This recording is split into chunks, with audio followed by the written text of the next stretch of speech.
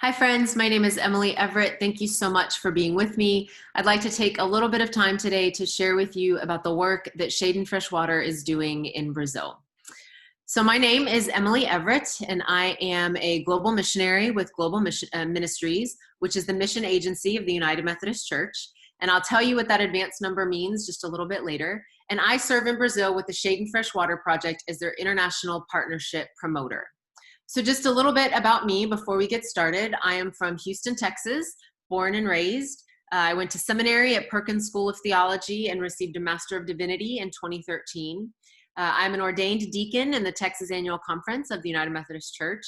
And I first felt a call to missions in college in 2004 when I went to the Philippines for 6 weeks, and then first went to Brazil in 2006 as a global justice volunteer, which was a program of the Methodist Church. And that is where I really first felt my call to ministry and missions solidify. I became a missionary in 2017, and I currently live in a city called Belo Horizonte, Minas Gerais, in Brazil. You'll see a picture here on your screen that was taken at an overlook at our city. So you can see it's a very large city. Within the city limits, there's about 1.4 million people. And then in the greater Belo area, there's about 6 million people. So it's very large and urban. And then just on a personal note, I will tell you that missing family is by far the hardest thing about being a missionary. So before I tell you specifically about the work that Shade and Fresh Water is doing, I want to start out by sharing a little bit about Brazil as a country, because it is a country that has stolen my heart ever since I first went, and also because I think it's good background information to help shape and frame the work that we do with Shade and Fresh Water. So Brazil is the largest country in South America. Its population is about 210 million. And its landmass is only slightly smaller than the US. So it is a very, very large country. They speak Portuguese and not Spanish, as oftentimes people assume. And it's also very diverse geographically as well. So you have the southeast region of the country where you find cities like Sao Paulo and Rio de Janeiro and Belo, where I live. But then you also have the northeast, which is one of the poorest regions of the country. And once you move in from the coast, it's a very dry region, almost desert-like. And then, of course, many of you are familiar with the rainforests of the Amazon, which a lot of people know about. And so oftentimes when people think of Brazil from an outsider's perspective, if you've never been to the country, many times people think of things such as carnival or soccer or novelas, which are the Brazilian soap operas. And while these are important parts of Brazil's culture, Brazil is also so much more than just that. And so I want to take a few minutes to share some of my favorite things about Brazilian life and culture. And there are 4 things specifically that I want to highlight. So first of all, Brazil has a very, very rich cultural tradition, way more cultural traditions than I have time to highlight here. One of them is, in fact, Carnival. And so while many people typically imagine Carnival only as scantily clad women dancing in the streets and a lot of decadence and sin, the truth is it is really about so much more. And nowadays, you're seeing a lot of the big Carnival parades being used as means of social protest, as means of raising awareness about a lot of social problems in Brazil, and also as a way of telling stories that are not typically heard. So for instance, stories from indigenous communities, Black communities, poor communities. This picture that you see here on your screen is from a street children's project that I first worked with in Brazil, so not Shade and Fresh Water. But this project every year during Carnival does a parade to raise awareness about children's rights in Brazil. And so they take to the streets with the kids to talk about these deep social issues and educate the kids about their rights, but also to sing and to dance and to celebrate the struggles that they have overcome. And I will tell you, it is by far one of the most beautiful things I have ever had an opportunity to participate in. One of my other favorite celebrations every year in Brazil are the Festas Juninas, which are June parties. In the Catholic Church, they center around celebrating saints like St. Anthony or St. John, but they're also a harvest celebration of sorts, and so they've become a huge part of the cultural fabric for Brazil, even for non-Catholics. And so this picture on the right was taken a couple of years ago at our local project with all the kids dressed up doing all sorts of traditional dances that are kind of like square dancing or line dancing. And then the other picture in the middle is me in the northeast of the country where these parties are very prominent, seeing all the decorations that the cities put up every June. I will say the second thing that I love about Brazil is their hospitality. Food is very important to them. So here you see the popular Brazilian cheese bread. You also have a table that was put out for us by a local church when we came with the volunteer and mission team. So a very abundant table to show welcome to us. And then finally, this is Hosanna, who was featured in the United Methodist Women's magazine, The Response, last year. And she works in the kitchen at one of our local projects, the one that I most am directly involved with. And she keeps both the kids and us staff very well fed. So there is something very important in Brazil about receiving people, welcoming people, especially sitting around a table, sharing a meal together. The third thing I love about Brazil is their natural beauty. There's a famous song in Brazil that says, "I live in a tropical country, blessed by God and beautiful by nature." And that is so incredibly true, whether it is the beaches of the Northeast that you see here, the mountains of Minas, where I live, or the Amazon. And this picture in the corner is actually where the Black River and the Solomon River come together. And because of different levels of acidity in each river, they run side by side for several kilometers without mixing before forming officially the Amazon River. So it's a very beautiful spot. And then finally, one of the things I love most about Brazil is their diversity. Brazil, as you may know, was first colonized by the Portuguese, and so you have a lot of people of European descent. There are still actually small communities in the southern part of Brazil that were settled by Germans after World War II, where German is still the predominant language spoken. Sao Paulo, for instance, has the largest population of Japanese people outside of Japan in the world. And Brazil is also home to 305 tribal groups representing almost 1 million people and 274 different indigenous languages. And that's not just in the Amazon, that is all over Brazil. And then also Brazilians, about 43% of Brazilians, almost half, can trace some amount of indigenous or African blood in their heritage. So they're a very mixed race people. Something else that many people associate with Brazil are their favelas. And since they've become much more well-known in the States because of films and whatnot recently, and mostly because a lot of our projects serve in these communities, I do want to give you a little bit of background to help you understand the favelas. So many of these communities formed in the 1940s to 70s when there was a mass exodus of people who came to the big cities looking for work because of the industry that was being developed at this time. But when they got to the cities, housing was not readily available, or if it was very expensive. And so many of these favelas started out as occupations or as squatter settlements that then developed over the years. Obviously, there are a number of challenges that these communities face: poor sanitation, precarious housing.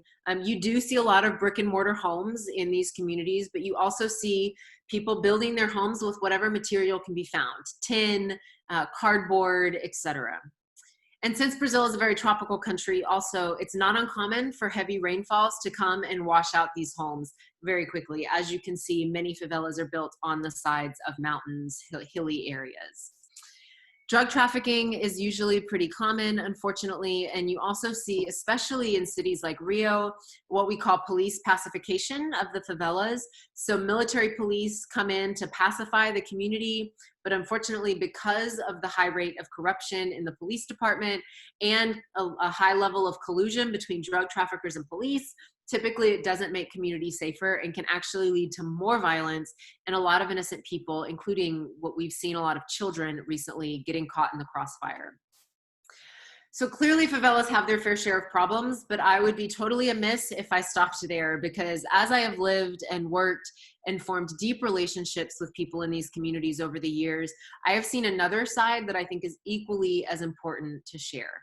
And the truth is that in these communities, I have also seen and experienced a deep sense of community and belonging to each other that I've rarely seen elsewhere in my life.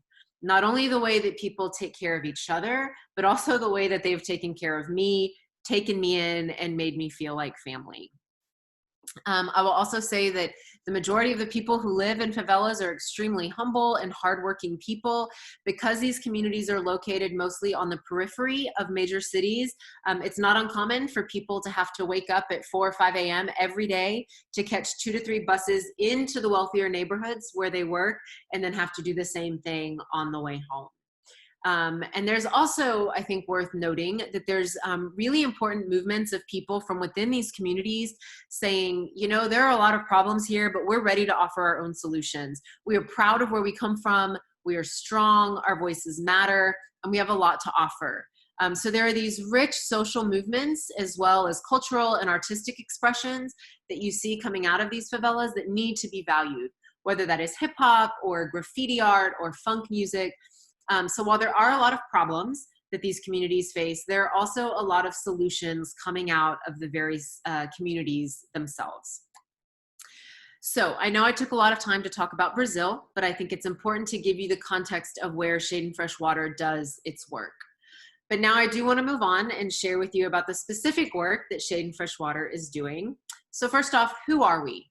Shade and Fresh Water is a network of after-school programs that operates out of local Methodist churches all over Brazil. And our mission is to create a network of support for vulnerable children and youth. And so a lot of times people ask me, Emily, well, why is it called Shade and Fresh Water? And really this expression, Shade and Fresh Water, is a very popular one in Brazil.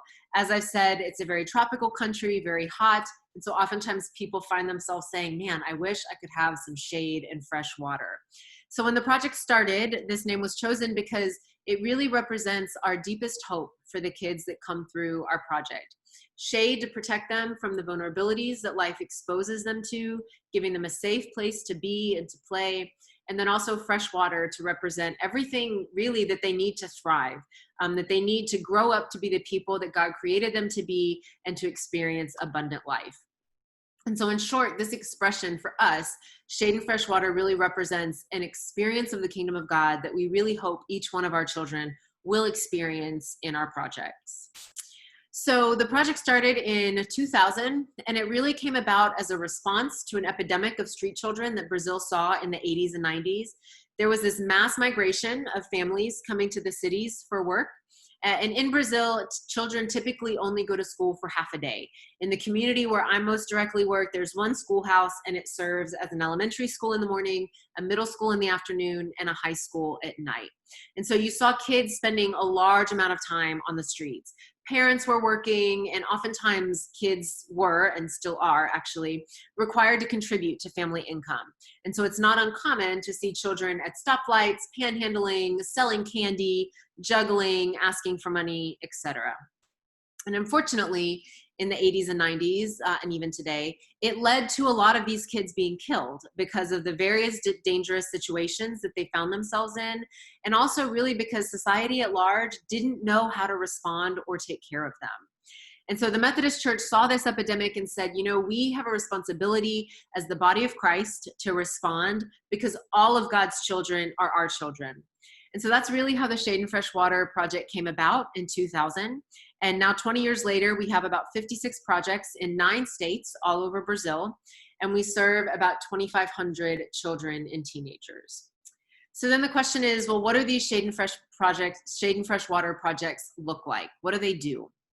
Well, each project is different. Some operate 5 days a week, some operate 1 or 2 days a week. It really depends on the possibilities of each local church. Each project will have at least 3 fundamental activities that every project has, and that includes Christian education, where we develop our own curriculum to be used there, sports and recreation, which is usually the hook to get the kids in because they want a place to play, and then also academic support to really try and lessen the gap that these kids face because of the poor educational opportunities that are given to them. And then beyond those 3, projects can really develop activities in a variety of areas. So you have culture and arts, whether that be music or dance or art or ballet, citizenship, teaching them about their rights and the importance of them engaging with their community, holistic health. So we look at things like physical health, social health, mental health, spiritual health. What does it look like to be a holistically whole Brazilian child and teenager? And then also technology. So I want to stop here for a brief moment because I have a video that will also give you a little bit of an introduction to our work. It is in Portuguese, but it does have English subtitles that you can read.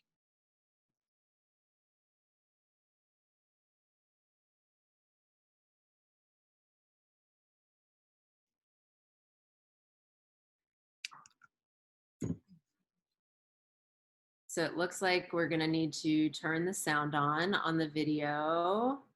Hold on just a second.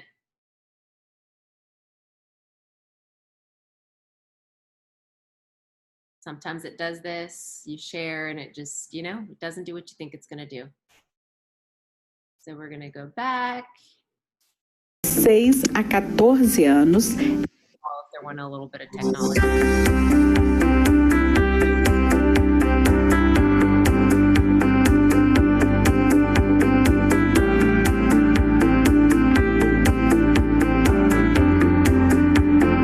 O Projeto Sombra e Água Fresca é um compromisso missionário da Igreja Metodista junto a crianças e adolescentes de 6 a 14 anos em situação de vulnerabilidade social. Significa em situação de risco. Aquelas crianças e adolescentes que precisam ser vistas, ouvidas e atendidas pelas igrejas metodistas. Nós temos uma equipe pedagógica que organiza, que pensa esse material, que chega até a comunidade, até a igreja local para esse trabalho, né? O viés é a educação cristã, mas a gente também tem algumas preocupações, como o próprio título diz, que é o comitê pedagógico, que é a preocupação pedagógica, né? Como esse conteúdo vai ser desenvolvido. Nós temos um material preparado para as crianças, onde nós temos encontros com elas na área de educação cristã, onde nós trabalhamos valores, virtude, trabalhamos o reino de Deus através do conceito de que elas possam entender.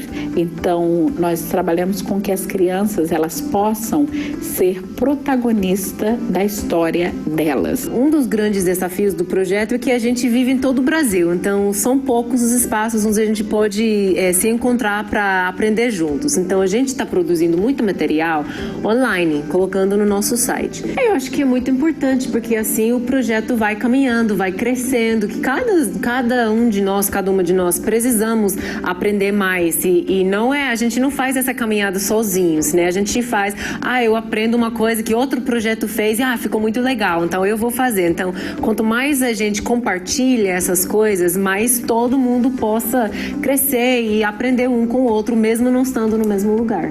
Por ser uma rede, por ser um programa que é um compromisso, nós temos ele em vários lugares do Brasil. E cada lugar tem a sua característica própria. É um trabalho diferenciado nosso, né? Por ser uma comunidade indígena. Então, esse trabalho para nós é importante demais. No início começou com o projeto da Missão Tapeporã, já era trabalho social com os indígenas, né? Então, aí a gente via as crianças muito largado, né? Ficava muito sozinho em casa, ficava sozinho na rua e vinha trabalhando. Aí entrou o projeto Sombra e Água Fresca aproximadamente uns 8, 9 anos. Nós convidamos a igreja a mobilizar a comunidade. É um braço comunitário da igreja junto à criança e adolescente.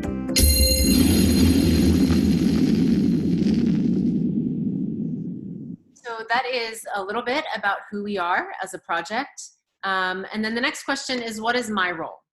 So my official title is International Partnership Promoter, which really means that my job is to tell the story of what God is doing in Brazil and then work to connect our international partners with all that we are doing on the ground in our local projects. So we have partners in the United Methodist Church, Global Ministries, United Methodist Women, UMCOR, which is the Methodist Church's Disaster Response Department, the German Methodist Church, and more.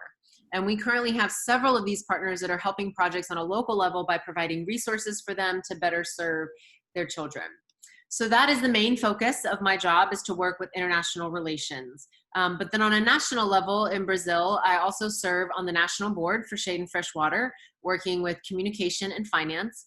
So I tell the story on an international level, but I also work within Brazil to share the work that we do with churches and other organizations via social media, etc. And then by far the best part of my job is that I also work 2 days a week with kids at a particular local project in Belo, where I live. And you'll see some more pictures in a minute. And I've done a variety of things there, from giving English classes to helping with Christian education, or basically whatever they need me to do. And I do this because I think it's really important when you're making decisions on a national level to also stay engaged at a local level, because really that is where the magic happens with the kids. And that is what brings me the most hope. And then the last thing I do that I help with is volunteer and mission teams. We do have an official coordinator for our volunteer and mission teams in Brazil, and I work some with her to help support teams when they come down. So like I said, we are 56 some projects throughout Brazil, but I do want to highlight 2 local projects that are very dear to my heart. The first is Liberdade, the project where I work every week. And specifically, I want to highlight the 4 individuals that are pictured here on your screen, because each of them was at one time a child or an adolescent who was served by our project and now is giving back to the next generation of children and youth. And for those of you who work with young people, you know that we don't always see fruit in the short term. This is a long-term commitment that we make to invest in the lives of young people. And so it's really a gift for us to see these young adults whose lives have been changed and who are now thriving and giving back. So first off, Fernanda was part of the first generation of teenagers at our project. And here she is with her husband and her children, Giovanna and Douglas, who have also participated in the project. And she graduated with her business degree a few years ago, and at one time served as the administrator of our project, and now volunteers with our team group. Next off, you have Rafael, who is our Taekwondo teacher. And less than 10 years ago, he was as small as one of the other little kids in that picture. He was a scrawny little 11-year-old, and now he's 21, and he is doing the same at the project. He's our Taekwondo teacher. Sileni and her family that you see there. Sileni was one of the founding, and her family were some of the founding people at the project. And so she has really been there as long as anyone else, really. And she has an education degree and works with the kids on academic support, English classes, and more. And then finally, Vinicius, he is our sports and recreation guy, but he also helps with music because he is a very gifted musician. He learned how to play guitar, flute, recorder, all at the project, and now he helps with the music classes, and he is studying to be a nurse. Here's just a few other pictures of daily life in our project at Liberdade. So some pictures of our physical space, some of the conversations that we have with kids in our circles, a lively soccer game going on, and then one of the activities that we did around healthy eating as well. Now, the other project that I wanted to highlight was the project in Boa Vista, Roraima, which is in the north part of Brazil on the border of Venezuela. Many of you might have heard about the crisis that has been going on in Venezuela over the past few years.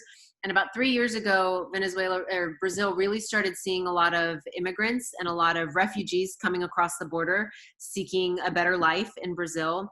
And so this Methodist church in Boa Vista, which is the first town once you get into Brazil, they saw this happening in their city, and they basically said, we can't not respond. So their entire Shade and Fresh Water project is based on serving these Venezuelan families and their kids. So 3 times a week, they go to the army shelters that have been set up, and they bring kids back to the church for recreation and games and arts and crafts and music and healthy meals. As you see here, we've done things around oral hygiene. And then I was able to visit the project in May of last year. And this is a trip that me and the pastors took to the border. And so this particular project has been supported for the last 1.5 years because of an UMCOR grant, the United Methodist Committee on Relief. So that just goes to show how incredibly important our international partnerships are for us to run our projects. So friends, needless to say, we are living in a messy and broken world. And I think 2020 has proven that to us in more ways than many of us can handle. And if we only focus on the problems or the brokenness, we will give up. I know we will. And so in our local project, we always say, I want to bring to mind that which gives me hope. And so I want to share with you all just a few places where I see hope in Shade and Fresh Water. I see it in the lives of children being transformed. I see it when a child experiences the kingdom of God inside the project, even if they don't necessarily have language to express it in that way. I see it when children learn to use their voices, and I can see a new future generation of leadership beginning to form. I see it when our kids have opportunities to learn things inside the project that I know they wouldn't have otherwise, learning how to play the recorder or the drums or other musical instruments, My favorite day of the week at the project is music day, because you can hear the kids walking to the project from all different corners of the neighborhood, playing their recorders and filling the streets with music, and it's so beautiful.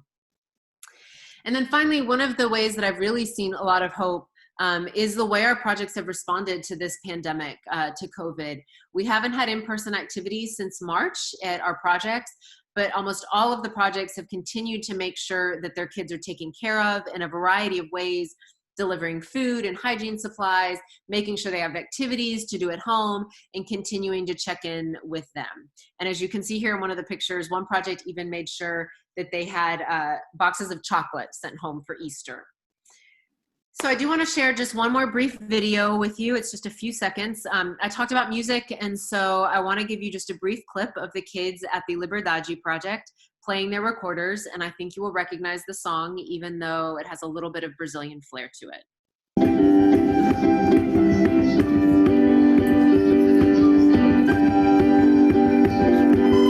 Oh, Amazing Grace, that's beautiful.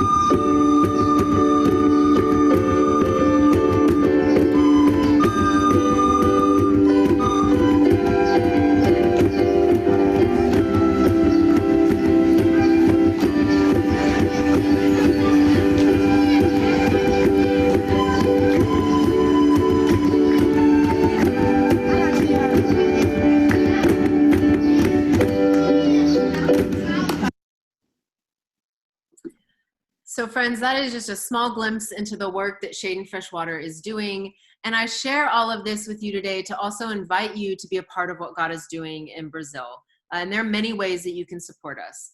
First and foremost, prayer. Please pray for our local projects, our children and their families, volunteers, our churches, our communities, especially during this difficult time of our pandemic. Also, financial support is always a critical way of us being able to continue our work. Shade and Fresh Water is a part of the Advanced Special of Global Ministries. And for those of you who may not be familiar with what that is, it is a way that has been safely set up through the Methodist Church for you to support mission and missionaries all over the world. And because administrative costs are covered by local United Methodist churches, 100% of your donation will go directly to the work that you're supporting. So that is one way that you can join us, is by giving financially. And then finally, learn and serve trips, volunteer mission trips. Once international travel is possible again, who knows when that might be, we would love for you to come down and spend a week working with us so that you can experience firsthand Shade and Fresh Water. And then finally, you can also follow us on social media and our website. You have our Instagram and our Facebook there. Because I handle social media, all of our posts have English translations, so you'll be able to follow along. And then our website also has an English version if you go to the homepage and click on the US flag. So before we open it up for questions, there's one more thing that I do want to highlight, and that is the importance of global missions. I'm extremely proud to be serving with Global Ministries and the United Methodist Church. Typically in the past, when you thought of a missionary, you might have thought of someone from the West, most likely white, going to serve in the global South or in the East. So like Latin America, Africa, Southeast Asia. But thankfully that paradigm is really shifting. And one of Global Ministries' core values is sending missionaries from everywhere to everywhere. And so there are currently over 300 Methodist missionaries serving in over 65 countries around the world. And as you'll see in this picture of my missionary class, only 2 of us were from the US. The rest were from other countries, the Philippines, Mozambique, and Zimbabwe.